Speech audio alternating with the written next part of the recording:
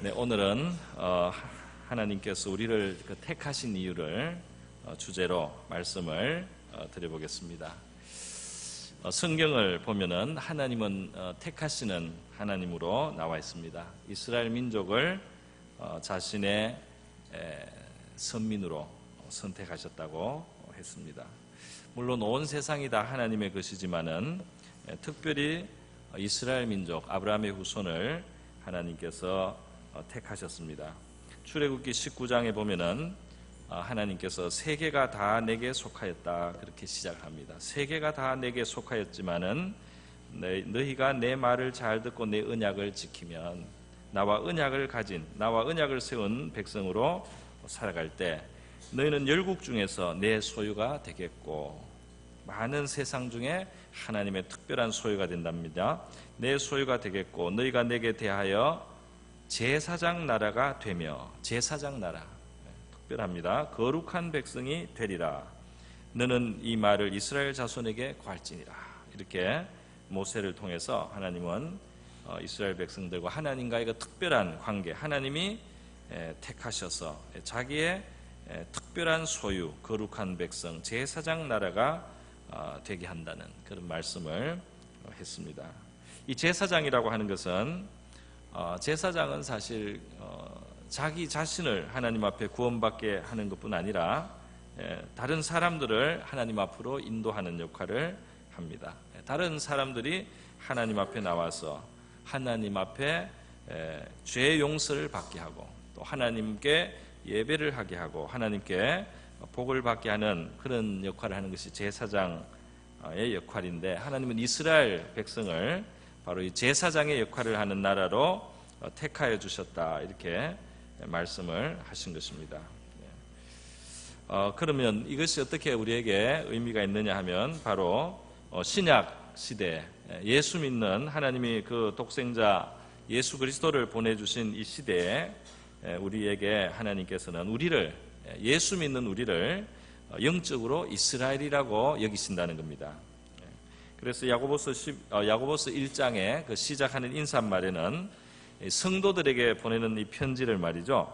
하나님과 주 예수 그리스도의 종 야고보는 흩어져 있는 12지파에게 문안하노라 이렇게 말하고 있습니다. 저희를 이 성경은 신약 성경은 우리를 12지파에 속한 족속으로 영적인 이스라엘로 그렇게 부르고 있는 것입니다. 또 베드로전서 2장 9절에는 더 노골적으로 말씀을 하고 있습니다. 오직 너희는 택하신 족속이요 왕같은 제사장들이요 거룩한 나라요 그의 소유된 백성이니 이는 너희를 어두운 데서 불러내어 그의 기이한 빛에 들어가게 하신 자의 아름다운 덕을 선전하게 하려 하심이라. 너희가 전에는 백성이 아니더니 이제는 하나님의 백성이요 전에는 긍휼을 얻지 못하더니 이제는 긍휼을 얻은 자니라 그랬어요. 그래서 이 신약에 우리 예수 믿는 우리는 구약 시대에 이스라엘이 하나님 앞에 특별한 그 지위, 신분, 하나님이 이 세상을 다 하나님의 것이지만 그 중에 특별히 택하신 제사장 나라로 택하신 그 이스라엘과 같이 오늘 온 세계 열방 속에서 우리 교회는 우리 성도들은 하나님의 택하신 족속, 왕같은 제사장, 거룩한 나라, 그의 소유된 백성인 줄 믿습니다. 불러내셨다. 이 세상 가운데서 불러내셨다 그랬어요. 이 불러내셨다는 말, 에클레오라는 레오라는 이런 그 불러낸다는 말이 있는데 그 말에서 에클레시아라는 이 교회라는 말을 만들어냈습니다. 그래서 이 교회라는 말은 이 세상 가운데 하나님이 먼저 불러서 불러내심을 받아서 왕같은 제사장으로 하나님의 특별한 소유가 된 우리를 말합니다. 우리도 전에는 하나님 앞에 나오지 못했을 때는 하나님의 백성이 아니었고 긍휼을 받기 전에는 긍휼을 얻지 못한 상태에 있었지만은 교회로 나왔을 때는 우리가 예수를 영접하고 믿었을 때는 하나님의 백성이요 긍휼을 얻은 자가 된 것입니다. 그런데 이 하나님의 백성이 된 그 이스라엘 백성들에게 그러면 적용되는 것이 이제 우리에게도 적용된다 이렇게 볼 수 있겠습니다. 제가 몇 가지를 신명기에서 한번 살펴보겠습니다. 신명기 32장 9절에서 12절 말씀을 보면은 이런 말씀이 있어요.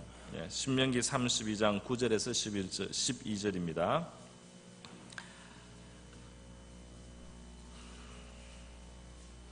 여호와의 분깃은 자기 백성이라 야곱은 그 택하신 기업이로다 그랬어요. 여호와께서 그를 황무지에서 짐승이 부르짖는 광야에서 만나시고 호위하시며 보호하시며 자기 눈동자같이 지키셨도다. 하나님의 굉장한 그 관심과 보호의 대상이라는 것을 알 수 있습니다. 눈동자같이 지키신단 말이죠. 그리고 또 마치 독수리가 그 보금자리를 어지럽게 하며 그 새끼 위에 너풀거리며 그 날개를 펴서 새끼를 받으며 그 날개 위에 그것을 읊는 것 같이 여호와께서 홀로 그들을 인도하셨고 함께한 다른 신이 없었도다 그랬어요. 두 번째로, 첫 번째로는 하나님께서 굉장히 민감하게 이스라엘 백성을, 자기 백성을 관심을 가지고 굉장히 예민하게 그들의 삶 가운데 보호자가 되신다는 것을 말했습니다. 자기 눈동자같이 지키셨다. 우리가 우리 눈동자를 얼마나 아끼는가 우리 자신이 생각해 보면은 알겠습니다. 그냥 뭐가 이렇게 다가오면 우리도 모르게 눈을 감습니다. 그죠? 보호하기 위해서 이 눈동자를 본능적으로 이 눈꺼풀을 내려서 말이죠. 보호를 하고 이 눈동자가 다칠까봐 얼마나 우리가 예민한지 몰라요. 하나님께서도 자기 백성인 우리에게 이와 같이 예민한 관심을 가지고 계시다. 그리고 독수리가 그 새끼 위에 너풀거리면서 보금자리를 어지럽게 하고 너풀거린다 그랬습니다. 이게 좀 이상하지 않습니까? 그냥 안전하게 보금자리에 있게 하는 것이 아니고 보금자리를 어지럽게 하고 너풀거린다 그랬어요. 그러면서 날개를 펴서 새끼를 받으며 그 날개 위에 그것을 엎는 것 같이 이렇게 말했습니다. 이 장면은 뭘 설명하는 거냐면 어미 독수리가 새끼 독수리를 훈련시키는 모습을 말하는 겁니다. 독수리는 굉장히 높은 곳에 집을 짓습니다. 그리고 아주 절벽 높은 곳에 집을 지어서 새끼를 처음에는 먹입니다. 열심히 갖다가 먹여서 새끼에게 이제 자라게 한 다음에 새끼가 어느 정도 자라서 날개 힘이 생기면은 이제 날개 훈련을 시키는데 이 새끼가 그 보금자리에 가만히 편안히 있고 싶어 하지 날려고 생각을 안 합니다. 그 처음 나는 거는 또 불안하니까 안 날려고 해요. 그래서 이 어미 독수리가 보금자리를 어지럽힙니다. 막 날개짓을 해서 또 막 흩어려서 어지럽혀서 이 새끼가 그 보금자리에서 나와서 그 벼락 밑으로 떨어지면서 말이죠. 이 날개를 퍼득이지 않을 수 없도록 그런 환경으로 이 어미 독수리가 새끼를 그렇게 몰아가요. 이것은 새끼에게는 굉장히 고통입니다. 새끼 독수리에게는 이게 상당히 무서워요. 그러나 이것은 그 새끼 독수리가 반드시 해야 되는 일입니다. 왜냐하면 이 독수리라고 하는 것은 정말 어마어마한 그런 맹금류로서 이 하늘의 왕자입니다. 이 날개를 펴고 날기 시작하면은 어마어마한 힘으로 말이죠. 그 바람을 타고 높은 하늘을 나르고 또 어마어마한 속도로 나를 수 있고 그 날개를 가지고 날면은 말이죠. 아주 그냥 큰 짐승도 붙잡아 가지고 채 가기도 하고 또 들고 가기도 하고 움킬 수 있는 어마어마한 힘을 가진 이 발톱이 있고 또 그 날개로 날면서 자기 높은 그 보금자리로 이 사냥한 것을 잡아갈 수 있는 그런 아주 억세고 강한 힘을 가진 독수리의 날개입니다. 그 독수리의 날개치며 오르는 힘이라는 표현이 있습니다. 그것이 굉장히 이 파워풀한 거예요. 그런데 그것이 생기려면 어떻게 해야 되느냐 하면 나는 연습을 해야 됩니다. 나는 연습을 해야 되는데 독수리에게는 이미 날개가 있습니다. 독수리 새끼는 이미 날개가 있어요. 그런데 그 날개를 사용할 줄을 몰라요. 그 날개를 훈련할 줄을 자원해서 그렇게 하지 않습니다. 그냥 위에서 좀 퍼득거리기는 하겠지만은 그래서 이 어미 독수리는 때가 되면은 이 새끼 독수리가 이제 바다에 하늘의 왕자가 돼야 되니까 이제 벼랑에서 밀어내는 거예요. 보금자리에서. 그래서 이 벼랑에서 떨어지는 그런 체험을 하는데, 떨어지면서 새끼 독수리들은 날개짓을 막 하게 됩니다. 충격이겠죠. 그러나 살기 위해서 이 힘을 다해가지고 날개짓을 해요. 그런데 힘이 부족합니다. 처음에 바로 첫 번째 그렇게 나는 새끼 독수리 없는 거예요. 그러니까 어미 독수리가 이미 준비가 다 되어 있습니다. 빨리 날아가가지고 이 자기 날개로 새끼를 받아요. 그래서 떨어지던 새끼 독수리는 어미 날개에 얹혀가지고 다시 올라옵니다. 그렇게 있다가 좀 이제 힘을 회복하면은 또 떨어뜨려요. 그러면 또 새끼는 날개를 막 짓을 합니다. 그러면 또 어미 독수리가 내려가서 받습니다. 이거를 반복하는 사이에 이 새끼 독수리가 날개에 힘이 생기는 거예요. 그 잠재력이 있는 날개입니다. 아주 강한 날개를 원래 가지고 있는 거예요. 그걸 사용해야 되거든요. 여러분, 하나님께서 우리를 훈련하시는데, 우리의 환경을 하나님께서 움직이시면서 우리의 믿음을 실행하도록 그렇게 우리를 훈련하시는 것을 아셔야 됩니다. 성도는 믿음으로 살고, 우리에게는 굉장히 놀라운 믿음의 능력이 있습니다.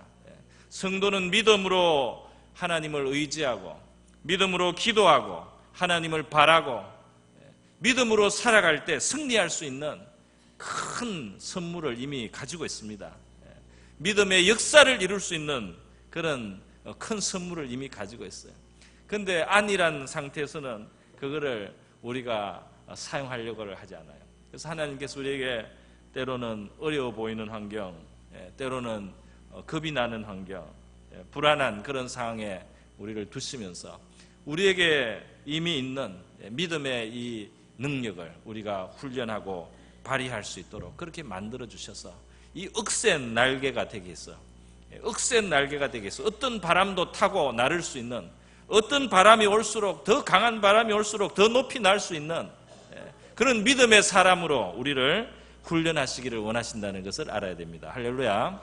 그래서 이 어미 독수리는 마구 그냥 독수리 새끼를 떨어뜨리는 것 같고, 독수리 새끼가 입장에서는 얼마나 원망스럽겠어요. 이전까지는 맛있는 것만 갖다 주셨는데, 입만 벌리고 있으면 그냥 집어넣어줘서 굉장히 편안하고 좋았는데, 어느 순간부터는 뭐가 잘못되셨는지 어미가 자꾸 자기를 어려운 자리로 몰아가서, 그 처음에 떨어질 때는 진짜 까무러치겠죠. 처음에 그 벼랑에서 떨어질 때 이 독수리 새끼가 얼마나 놀라겠습니까? 심장이 얼마나 팔딱거리겠습니까? 그래 안 죽으려고 막 날개짓을 하는데, 그 사이에 엄청나게 어깨에 날개에 힘이 생기는 줄 믿습니다. 어려움을 통과한 성도들에게 믿음의 능력이 있습니다. 할렐루야. 이길 수 있습니다. 통과하게 됩니다. 그리고 정 힘이 부족하면 하나님께서 받아주세요. 할렐루야. 정 힘이 부족할 때는 하나님께서 큰 날개로, 어미 독수리의 큰 날개 위에 앉듯이 끝없이 떨어지는 줄 알았더니 어느 사이에 받쳐서 다시 올려놓습니다. 할렐루야. 그러니까 이 어미 독수리 같이 우리 하나님께서 우리를 훈련하시는 특별한 하나님의 백성이에요. 할렐루야. 여러분, 그렇게 하나님은 눈동자같이 지키시면서, 눈동자같이 지킨다고 해서 굉장히 아무 일 없을 줄 알았더니 눈동자같이 지키긴 지키는데 벼랑에서 떨어뜨려요.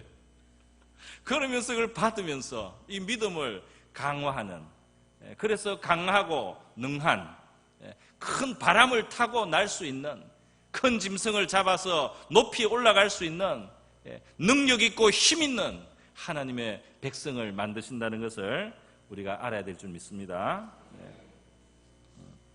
그래서 우리 신약 성경에도 우리 하나님의 능력으로 우리는 보호하심을 입는다. 베드로전서 1장 5절에 그렇게 말씀합니다. 하나님 백성의 특권은 그 외에도 또 있습니다. 신명기 4장 7절에 보니까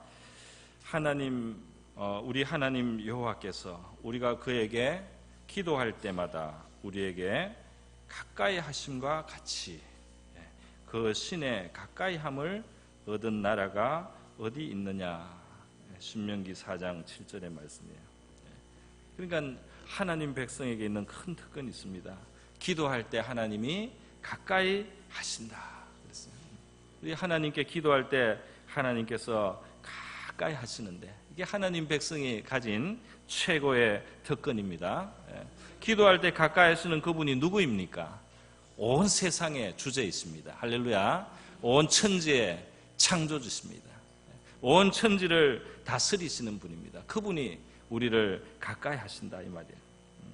이렇게 선민으로 하나님은 이스라엘 택하시고, 바로 그 이스라엘에게 적용되는 것이 똑같이 우리 오늘 영적인 이스라엘인 하나님의 백성인 우리에게도 그대로 적용되는 거예요. 그래서 민감하게 우리를 보호하시고 우리를 훈련하시고 우리가 기도할 때 하나님께서 가까이 하시는 줄 믿습니다. 그런데 하나님께서 우리를 그 선택하신 이유를 이제 본문 신명기 7장 7절 8절에서 살펴보는 것입니다. 하나님은 왜 이 많은 민족들 가운데 한 민족을 택했을까요? 제사장 나라가 필요한 겁니다. 하나님의 특별한 제사장 나라, 온 열방으로 하여금 하나님 앞에 나오게 하기 위해서 먼저 택하신 제사장 나라가 필요해요. 그런데 이 제사장 나라를 택하는 기준은 무엇이냐? 이 많은 세계 민족 열방 가운데 제일 뛰어나고 자질이 좋고 혹은 그 인구가 많아서 힘이 있는, 국력이 강한 그런 나라를 택하시는가 하는 것입니다. 하나님의 위대하심에 걸맞는 최고의 그런 어떤 힘 있는 나라 말이죠. 최고의 인구가 있고 제일 그 똑똑한 백성을 택하시느냐, 제일 스마트한 나라를 택하셔서 자기 백성을 삼으시느냐 하는 것입니다. 그런데 이 신명기 7장의 말씀을 보니까 여호와께서 너희를 기뻐하시고 너희를 택하심은 너희가 다른 민족보다 수효가 많기 때문이 아니니라 그랬어요. 그리고 이어지는 말씀은 더 놀랍죠. 너희는 오히려 모든 민족 중에 가장 적으니라. 제일 인구가 민족에 비교했을 때는 적은, 힘이 약한 이스라엘 민족 말이죠. 실제로 이스라엘 나라는 우리나라 강원도 크기만 하다고 합니다. 강원도 크기. 그 숫자가 주변에 있는 강대국들, 뭐 애굽이라든지 또 무슨 바벨론이라든지 다른 나라들에 비해서 숫자가 많지 않고 뭐 특별히 더 뛰어난 것이 없었던 그런 민족이에요. 근데 왜 하나님께서는 더 뛰어나지 않은, 어떤 의미에서 더 제일 못한 이 이스라엘 민족을 택하셨느냐 하는 겁니다. 그 신명기 7장에 이어지는 말씀은 그렇잖아요. 여호와께서 다만 너희를 사랑하심으로 말미암아. 사랑하심으로 말미암아. 그 이유다. 사랑의 이유가 있습니까? 사랑의 이유가 있어요. 왜 나를 사랑합니까? 사랑하니까 사랑한다. 이유가 별로 없어요. 특별히 지금 장점이 없습니다. 더 스마트하다든지, 더 신실하다든지, 더 힘이 있다든지, 더 크다든지, 더 능력이 많다든지 그런 자격이 없단 말이에요. 어떤 의미에서 하면 그런 자격의, 외적인 자격의 면에 있어서 너희는 오히려 부족하다, 훨씬 다른 나라보다 못하다 그렇게 말하고, 그런데 택한 이유는 내가 사랑해서다 이렇게 말씀을 하고 있습니다. 사랑해서다. 사랑의 이유가 없어요. 사랑은 어떤 의미에서 시작할 때 말이죠. 우리 인간의 사랑은 물론 조금 이유가 더 있긴 합니다만은, 특별히 부모의 사랑 같으면 자기 자식이니까 그냥 사랑하는 거죠. 뭐 자식이 남의 자식보다 더 똑똑하지 못해도, 더 뭐 건강한 것도 아니고, 오히려 병이 있다 할지라도 그냥 부모니까, 자기 자식이니까 그냥 일방적으로 더 사랑하죠. 하나님에게 있어서도 이 사랑이 말이죠, 우리의 어떤 장점에 있지 아니하고 오히려 단점이 있는데도 불구하고, 더 어떤 부족함에도 불구하고 그냥 이 사랑이 이유가 되어서 이스라엘을 택하셨다. 그렇다면 우리에게도 마찬가지가 될 줄 압니다. 하나님이 왜 우리를 택하셔서 오늘 예수를 믿게 하고 하나님 앞에 나오게 하고 하나님 백성을 삼아주셨는가? 우리에게 이유가 있는가? 우리가 잘난 게 있는가? 우리가 다른 세상 사람들보다 더 똑똑한거나 하나님께 더 영광을 돌릴 수 있는 무슨 능력을 갖추고 있거나 우리가 더 무슨 훌륭한 점이 있어서 하나님이 우리가 쓸모가 있어서 우리를 택하시고 우리가 더 예쁜 게 있어서 우리를 예뻐하고 사랑하시느냐? 아니, 그런 이유가 없다는 겁니다. 그냥 하나님이 우리를 사랑하신다. 우리 하나님이 사랑하심을 인하여 택하셨다. 그렇게 말씀하고 있습니다. 어떤 사람들은 하나님의 사랑을 받기 위해서 애를 쓰려고 해요. 인정을 받고 하나님께 인정을 받기 위해서. 이 자녀들 중에도 부모님께 인정을 받기 위해서 노력하는 그런 심리가 있다고 하죠.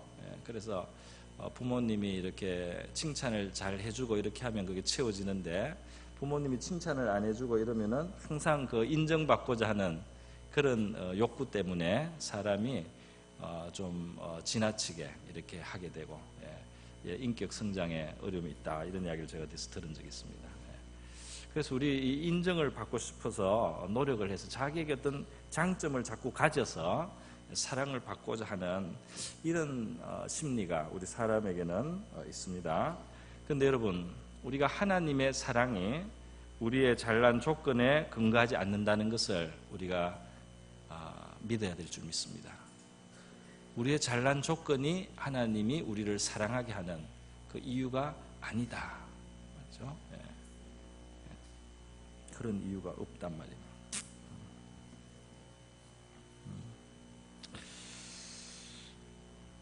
고린도전서 1장에 보면은 고린도 교회 그 당시의 상황에 대해서 사도 바울이 말씀한 게 있습니다. 형제들아, 너희를 부르심을 보라. 육체를 따라 지혜 있는 자가 많지 아니하다 그랬어요. 이 세상적으로 똑똑한 엘리트가 많지 않다. 너희들 속에, 이 교회 속에 말이죠. 능한 자가 많지 않다 그랬어요. 문벌 좋은 자가 많지 아니하도다. 대단한 가문의 사람들이 지금 교회 많이 있지 않다는 말. 물론 있기도 합니다. 뭐 황제, 뭐 친척이 있기도 하고 가끔 그런 사람이 있지만은 많은 대다수는 교회에 있는 지금 이 고린도 교회를 보니까 이 세상적으로 잘난 사람들이 별로 없단 말이에요. 그러면서 사도 바울이 말합니다. 하나님께서 세상에 미련한 것들을 택하사 지혜 있는 자들을 부끄럽게 하려 하시고 또 세상에 약한 것들을 택하사 강한 것들을 부끄럽게 하려 하시며 세상에 천한 것들과 멸시받는 것들과 없는 것들을 택하사 있는 것들을 폐하려 하시나니. 하나님께는 이 세상에 뭐 조금 있다고 자랑하는 게, 이 세상이 조금 뭐 있다고 자랑하는 게 하나님께는 참 의의가 없는 일입니다. 의의가 없어요. 하나님이 보실 때는 이 세상에 뭐 조금 잘난 걸 가지고 자랑하고 이렇게 교만하고 또 거들거리는 건 하나님 볼 때 정말 너무 한심하고 의의가 없는 일입니다. 하나님은 그런 걸 기뻐하잖아요. 하나님은 그래서 오히려 더 세상적으로 비교했을 때 더 없고 약하고 더 보잘것이 없는 그런 사람들을 먼저 택하십니다. 할렐루야. 먼저 택하세요. 그래가지고 하나님께서 그들을 신령한 축복을 주시고 하늘의 기쁨을 갖게 하시고 하나님의 은혜와 은총을 누리게 하셨어요. 이 세상에서 아무도 내가 잘나서 내가 이 하나님의 구원에 받게 되었다, 내가 잘나서 하나님이 나를 이와 같이 사랑해 주신다, 이렇게 자랑할 수 있는 입이 아무도 입을 열지 못하게 하신다는 겁니다. 하나님은 일부러라도 더 없는 것을 택하셔서 이 세상에 있는 것이 아무것도 아니라는 것을 나타내시기를 원하신다는 겁니다. 이는 아무 육체라도 하나님 앞에서 자랑하지 못하게 하려 하십니다. 하나님 앞에 자랑할 것이 없는 것이 정상이고 건강한 거라는 겁니다. 할렐루야. 자랑할 것이 없어야 돼요. 보잘 것이 없다는 것을 알아야지 하나님이 큰 은혜를 채워주실 수 있는 줄 믿습니다. 나는 이런 자격이 있으니까, 나는 이런 게 남보다 나으니까 하나님께도 쓸모가 있어서 하나님이 나를 이렇게 구원하시고 나를 또 이렇게 사용하신다. 아주 하나님하고 생각이 동떨어져 있는 겁니다. 하나님은 약하고 없고 세상에서 별로 인정 안 받는 그것을 하나님은 붙드셔서 거기에 하나님이 은혜와 능력과 신령한 복을 주시고 하늘의 기쁨을 주시고 그들을 채워주셔서 이 세상에 자랑할 것이 없다는 것을 오히려 드러내기를 원하시는 거예요.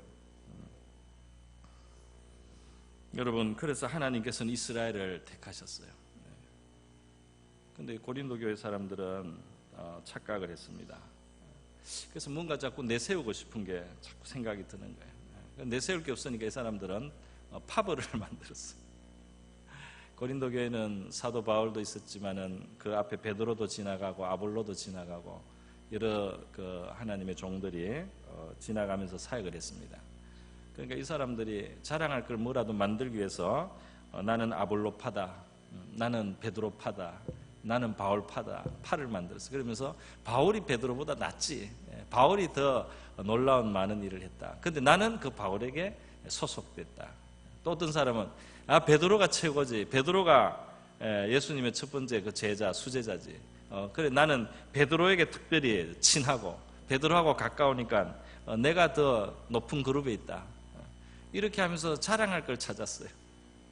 하나님이 주신 신령한 그런 사역조차도 그들이 육신적인 그 자랑거리를 찾느라고 그만 고린도교에 분쟁이 생겼다고 사도 바울이 그렇게 이런 교훈을 하시게 된 겁니다.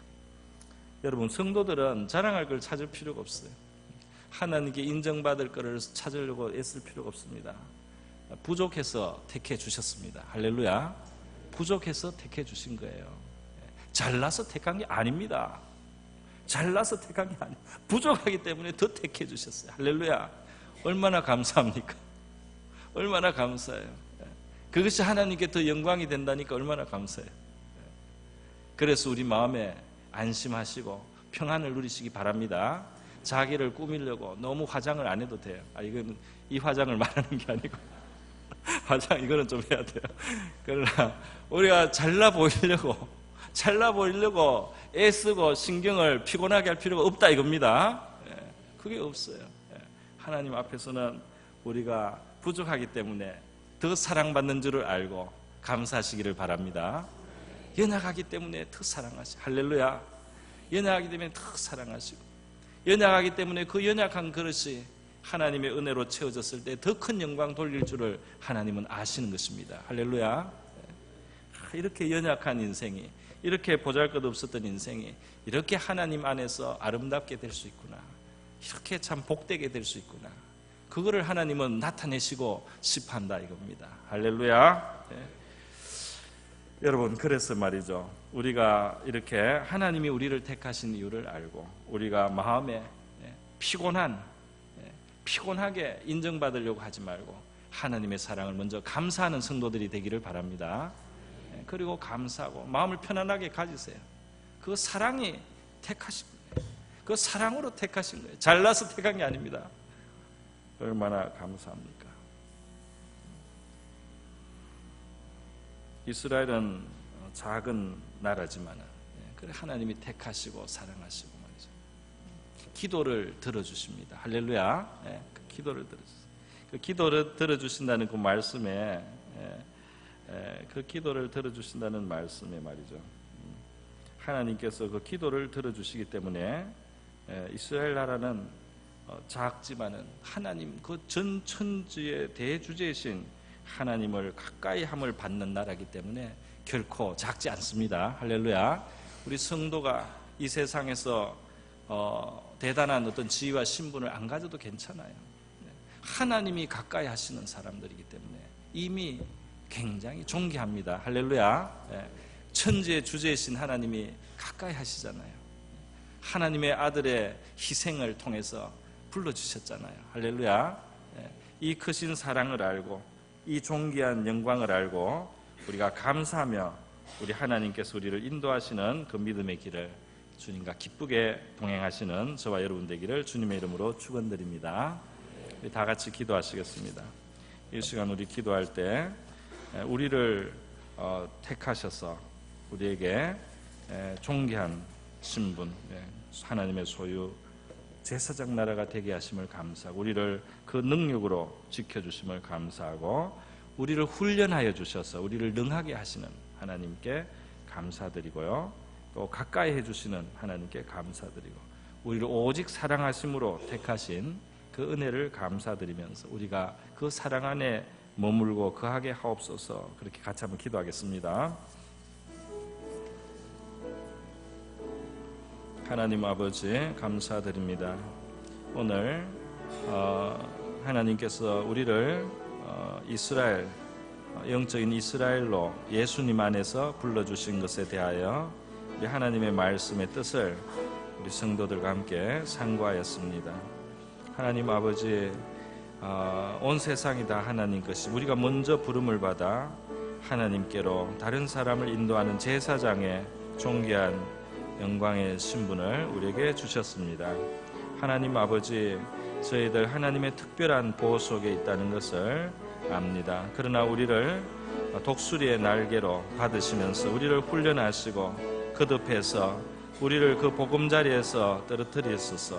우리로 하여금 주님 강하고 능한 믿음의 날개짓을 하게 하시고, 어떤 풍파도 타고 나를 수 있는 힘 있는 믿음의 사람으로 우리를 만들어 주시는 우리 하나님의 깊은 뜻을 우리가 깨닫게 하시고, 우리가 두려워하고 염려하지 아니하고 우리를 끝까지 책임져 주시고 보호하시는 우리 하나님께 우리의 마음의 신뢰를 갖게 하여 주시기를 원하옵나이다. 우리의 신음과 우리의 기도에 가까이 하셔서 가까이 함을 입는 하나님 이 놀라운 은혜를, 그 축복을 우리가 귀하게 여기게 하시고 감사하게 여기게 하옵소서. 우리를 택하심은 우리에게 무슨 장점이 있어서, 우리에게 무슨 어떤 메리트가 있어서가 아니고, 하나님께서 우리를 그냥 사랑하심을 인하여 주님 그렇게 하셨다고 하셨습니다.